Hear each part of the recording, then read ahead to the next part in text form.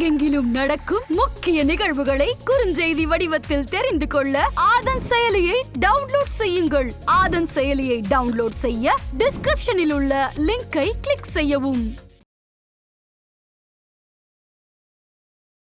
இப்போவும் கூட பார்த்தீங்க அப்படின்னா இந்த புதுக்கோட்டை பக்கம்லாம் பார்த்தீங்கன்னா சமணர்கள் குகை அப்படின்னு சொல்லிட்டு இருந்திருக்கும். ஸோ இங்கே வந்து சமணர்கள் வந்துட்டு நிறைய பேர் வாழ்ந்துருப்பாங்க. காலப்போக்கில் அந்த மதமானது இங்கே எப்படி சார் இல்லாமல் போச்சு?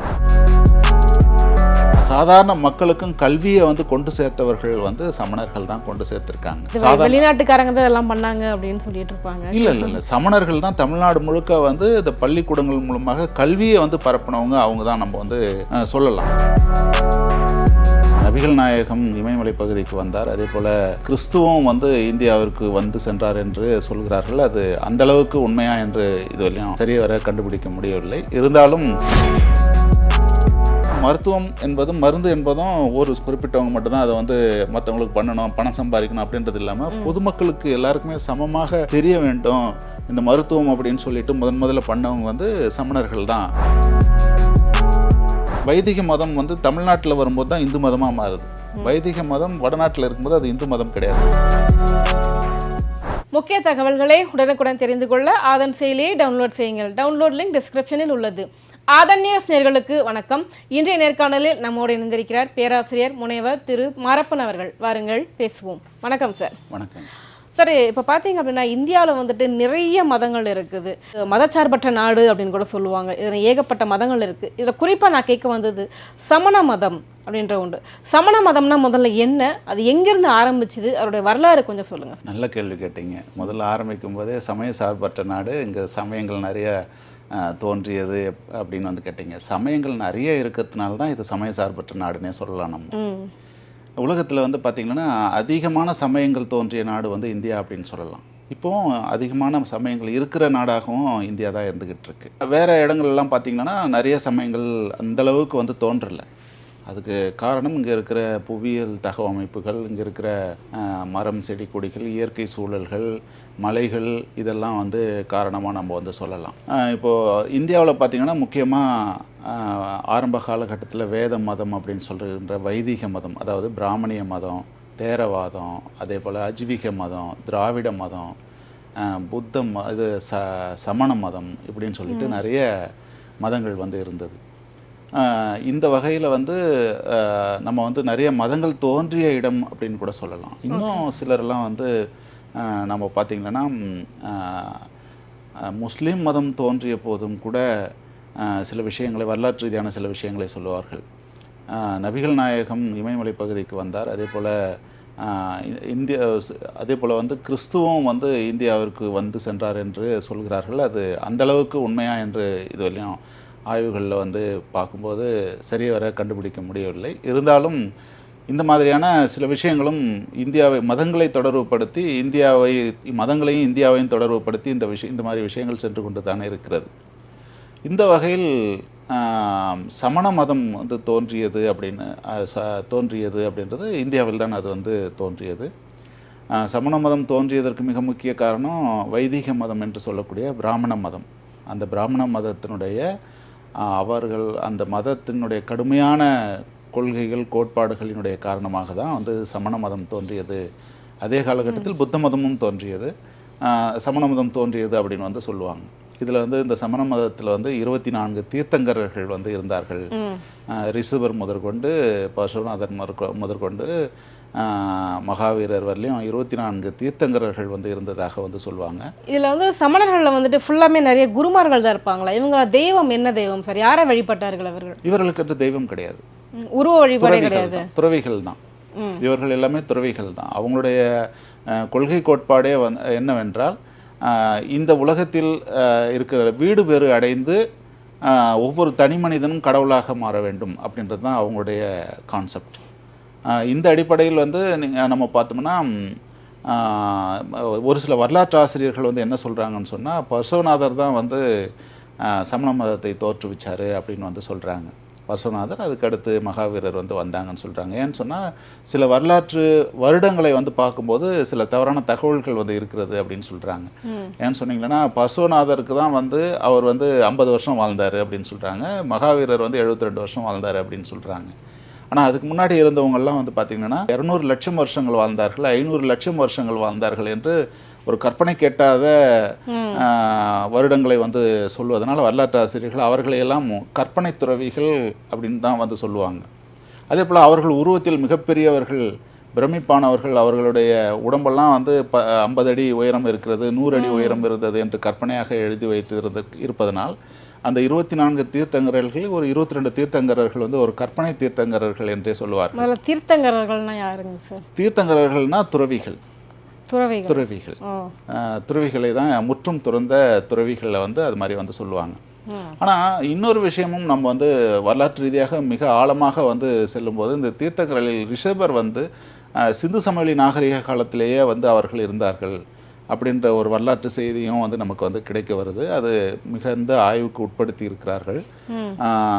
அது வந்து உண்மையா என்று இன்னும் சரிவர பல ஆய்வுகள் வந்து அறுதியிட்டு கூற முடியாத ஒரு நிலை தான் வந்து இருக்கிறது.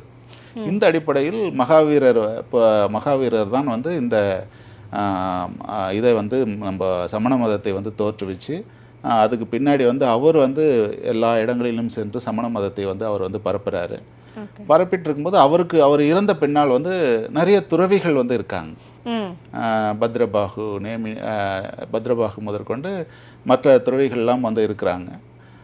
அந்த துறவிகள்லாம் வந்து இந்த சமண மதத்தை நாடு முழுக்க பரப்புகின்ற செயல்களை வந்து செய்கிறார்கள்.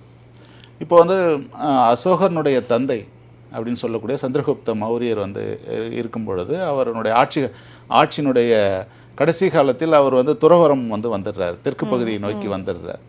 அப்போ பத்ரபாகு சந்திரகுப்த மௌரியனுடைய சமய குருவாக வந்து இருக்காங்க.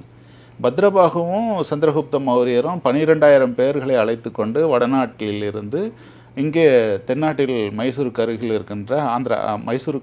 இருக்கின்ற சரவணபெலகுலா என்ற இடத்திற்கு வந்து விடுகிறார்கள். அங்கே தவம் செய்கிறார்கள்.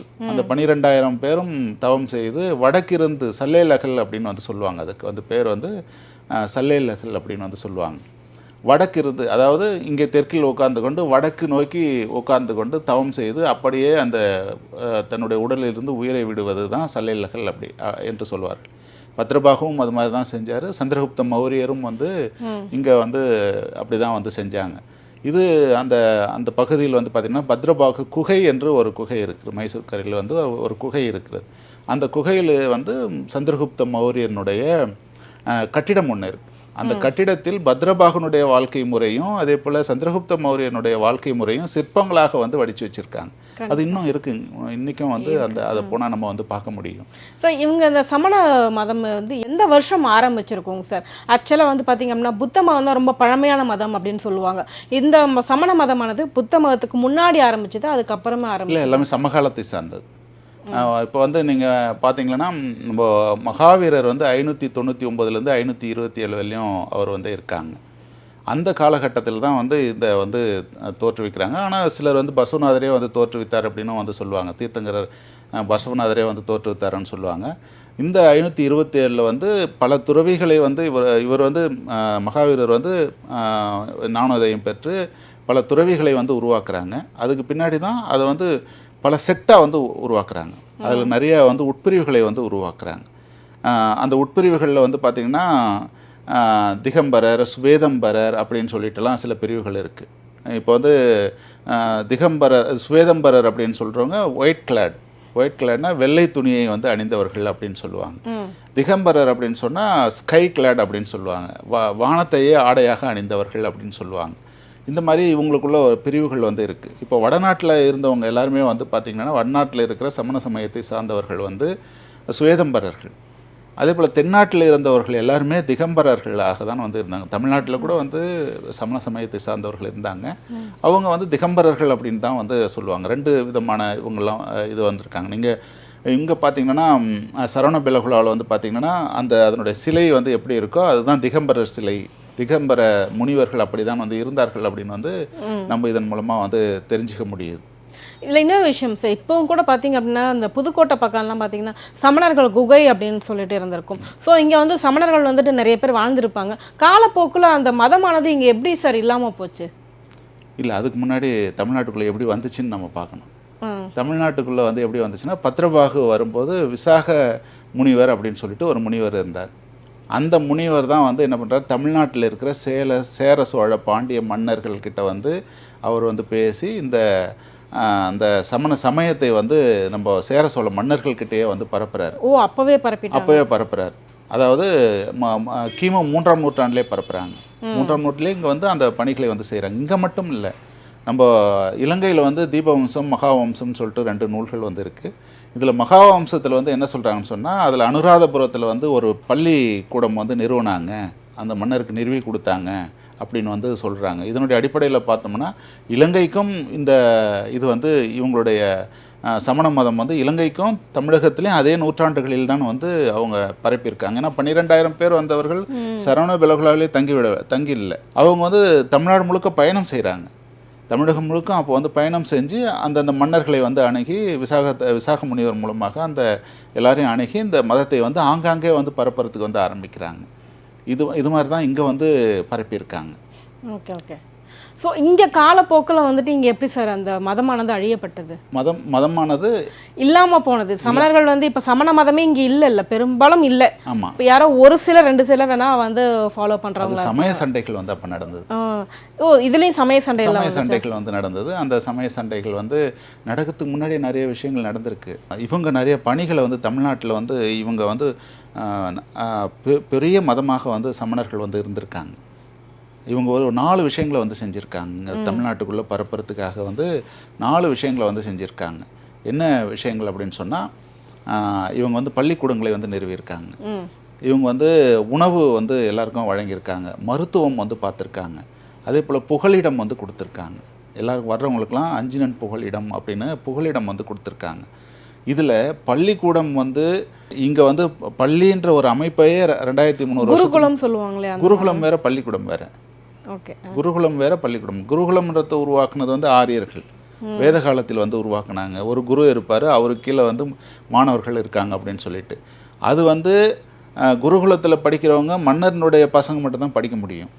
ஆனால் சாதாரண மக்களும் படிக்கலாம் அப்படின்னு சொல்லிட்டு சாதாரண மக்களுக்கும் கல்வியை வந்து கொண்டு சேர்த்தவர்கள் வந்து சமணர்கள் தான் கொண்டு சேர்த்திருக்காங்க. வெளிநாட்டுக்காரங்க தான் எல்லாம் பண்ணாங்க அப்படின்னு சொல்லிட்டு இருப்பாங்க. இல்லை, சமணர்கள் தான் தமிழ்நாடு முழுக்க வந்து இந்த பள்ளிக்கூடங்கள் மூலமாக கல்வியை வந்து பரப்பினவங்க. அவங்க தான் நம்ம வந்து சொல்லலாம். ஏன்னா அவங்க தான் பள்ளிக்கூடங்களை வந்து அவங்க வந்து நிறுவாங்க. சாதாரண மக்களுக்கு இப்போ ஏன் சமண மதம் வந்து எல்லா இடத்துலையும் பரவனது அப்படின்றத நம்ம பார்க்கும்போது, வைதிக மதத்தில் அதாவது வேத மதத்தில் வந்து என்ன பண்ணுறாங்க, யாருமே பிராமணர்களை தவிர யாரும் கல்வி கற்கக்கூடாதுன்றாங்க.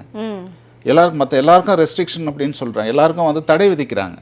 அந்த சமயத்தில் வந்து நீங்கள் கடவுள்கிட்ட போகணுன்னாவே வந்து பிராமணர்களை இடையில வச்சுக்கிட்டு அவங்களுக்கு வந்து வேள்விகள் அவங்களுக்கு வந்து அவங்க மூலமாக தான் நம்ம வந்து கடவுளை அடைய முடியும்னு சொல்கிறாங்க. அதே போல் வந்து யாகம் வந்து செய்ய வைக்கிறாங்க. ஆனால் இவங்க வந்து கடவுளை நீங்கள் வந்து அடையணும் அப்படின்னு சொன்னால் நீங்கள் தான் கடவுள், நீங்கள் தான் வந்து என்ன பண்ணணும்னு சொன்னால் துறவு மனப்பான்மை பூணணும், துறவிகளாக வந்தாகி வீடு பேரை வந்து அடைஞ்சு நீங்களே கடவுளாக மாறிடலாம் அப்படின்னு வந்து இவங்க வந்து சொல்கிறாங்க. இவங்க வந்து சொல்கிறதுல தான் அப்படின்னா கடவுளை அடைவதற்கான கல்வி வந்து வேணும். அப்படி அந்த கல்வி வேணும் அப்படின்னு சொல்லும்போது அந்த கல்வி வந்து எல்லா மக்களுக்கும் கிடைக்கணும். ஏன்னா பிராமண மதம்ன்றது பிராமணர்களுக்கு மட்டும் சொந்தமானது, மற்றவங்க எல்லாம் அவங்களுக்கு அடிமையாக தான் இருக்கணும். அவங்க மூலமாக தான் கடவுளை வந்து அடைய முடியும். ஆனால் சமண மதம்ன்றது எல்லாருமே வந்து சமண மதத்தை சார்ந்தவர்கள், எல்லாருமே வந்து கடவுளாக வந்து மாறிடலாம் அப்படின்ற ஒரு எளிய கான்செப்டை வந்து கொண்டு வரும்போது தான் இந்த சமண மதம் அப்படின்றது வந்து நாடு முழுக்க பரவலாக வந்து ஏற்றுக்கொள்கிறார்கள். அது பிராமண மதம் அடிமைப்படுத்துவது, இது சமத்துவத்திற்கான ஒரு மதமாக வந்து இருந்துகிட்டு இருக்கு. சமத்துவத்தை இது செய்யக்கூடிய ஒரு மதமாக வந்து இருக்குது. கல்வின்றது எல்லாருக்குமே கல்வி அப்படின்னு சொல்றாங்க. நிறைய பள்ளிக்கூடங்களை வந்து இங்கே வந்து நிறுவுறாங்க. தமிழகத்தில் கூட நிறைய பள்ளிக்கூடங்களை வந்து நிறுவுறாங்க. நிறைய பணிகளை வந்து இவங்க செய்கிறாங்க. மருத்துவம், ஏலாதி, திருகடுகம் அப்படின்னு சொல்லிட்டு தமிழ் நூல்கள்லாம் இருக்குது இல்லையா. கிட்டத்தட்ட நிறைய கிறிஸ்டியன் மிஷினரிஸ் என்னென்ன பண்ணாங்களோ அது எல்லாமே அப்போவே அவங்க பண்ணிட்டாங்கல்ல. ஆமாம், 1000 வருஷத்துக்கு முன்னாடி கிறிஸ்துவர்கள் இந்த நாடு பிடிக்கிறதுக்காக கிறிஸ்துவர்கள் வந்து உலகம் முழுக்க போகும்போது 2 விஷயத்த முக்கியமாக செஞ்சாங்க. ஒன்று வந்து கல்வியையும், இன்னொன்று வந்து மருத்துவத்தையும் வந்து எடுத்துக்கிட்டு தான் அவங்க வந்து ஒவ்வொரு நாட்டு மக்களிடமும் வந்து உள்ளே வந்து போய் அவங்கள ஆள்றதுக்கு வந்து இந்த 2 விஷயத்தை தான் எடுத்தாங்க. ஆனால் இவங்க வந்து சமணர்கள் வந்து ஆள்றதுக்காக எடுக்கலை, மக்களை வந்து கடவுளிடம் சென்று அடைவதற்காக இந்த பணிகளை வந்து செய்தார்கள். ஆங்கிலேயர்கள் வந்து அதாவது கிறிஸ்துவர்கள் வந்து நாடு பிடிப்பதற்காக இதை பயன்படுத்தினாங்க. இவங்க நாடு பிடிப்பதற்காக பயன்படுத்த 4 விஷயங்களை செஞ்சாங்கன்னு சொன்னோம் இல்லைங்களா. ஒன்று உணவு கொடுக்கறது, இன்னொன்று வந்து அடைக்கலம் கொடுக்கறது, இன்னொன்று வந்து இந்த மாதிரி 4 விஷயம் சொன்னேன் இல்லைங்களா. இந்த 4 விஷயத்தில் அடைக்கலம் கொடுக்கறதே வந்து பல கல்வெட்டுகளில் எழுதி வச்சுருக்காங்க.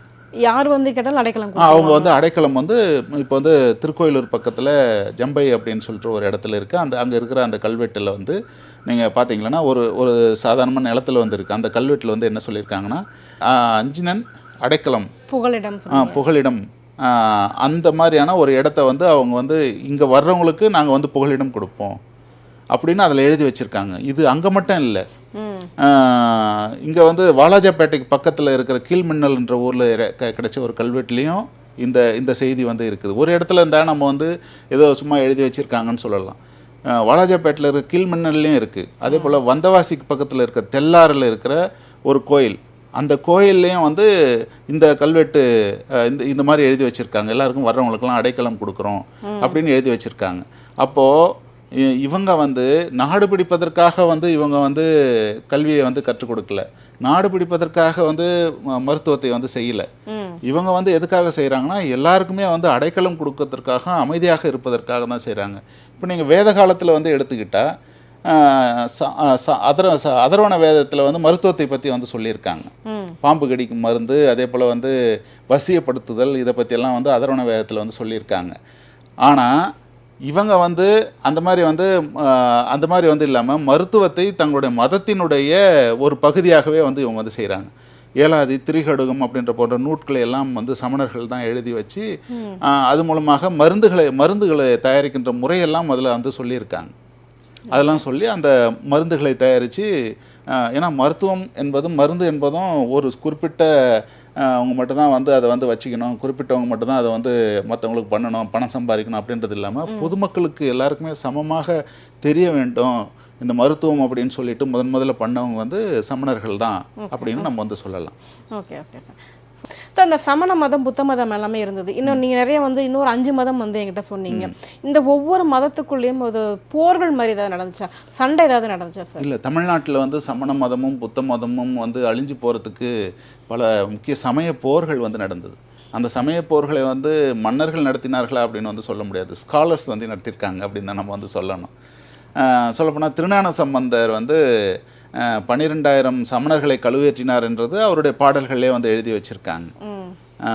பெரிய புராணத்துலேயும் அதே போல் மற்ற நூல்களையும் அந்த செய்திகள்லாம் வந்து இருக்குது. அப்போ வந்து சமணர்களை வந்து இவங்க வந்து சமணர்களை வந்து அழிக்கின்ற விஷயத்தை வந்து வைதிக மதத்தினர் வந்து செஞ்சுருக்காங்க. இங்கே ஒரு பெரிய விஷயம் நடக்குதுங்க.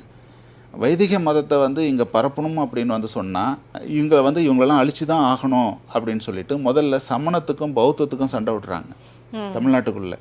அப்போது சமணமும் பௌத்தமும் சண்டை போட்டுகிட்டே இருக்கும்போது அப்புறம் வைதிக மதம் வந்து வராங்க.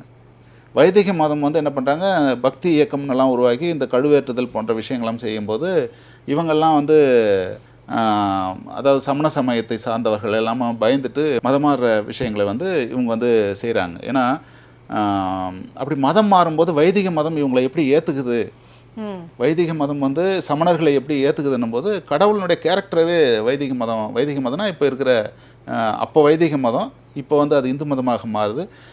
அப்போ கடவுளுடைய கேரக்டரவே மாற்றிடுறாங்க. கடவுளுக்கு இருக்கிற கேரக்டர்ஸே சிலதெல்லாம் மாற்றுறாங்க. குறிப்பாக வந்து சொன்னோம்னா வைதிக மதம் வந்து தமிழ்நாட்டில் வரும்போது தான் இந்து மதமாக மாறுது. வைதிக மதம் வடநாட்டில் இருக்கும்போது அது இந்து மதம் கிடையாது. வைதிக மதம்னா என்ன, சாமி என்ன? வைதிக மதம் அப்படின்றது வந்து நம்ம வேத காலத்திலேருந்து வந்த ஆரியர்களால் உருவாக்கப்பட்ட மதம், அது வைதிக மதம். இன்றைக்கி அது வந்து இங்கே வந்து தமிழ்நாட்டுக்கு வரும்போது முருகன் ஒரு மிக முக்கியமான பாத்திரத்தை வந்து வகிக்கிறார். முருகன் வைதிக மதம் வந்து இந்து மதமாக மாறுறதுக்கு முருகன் வந்து ஒரு முக்கியமான ஒரு காரணமாக வந்து இருக்காங்க. எப்படி அப்படின்னு சொன்னீங்கன்னா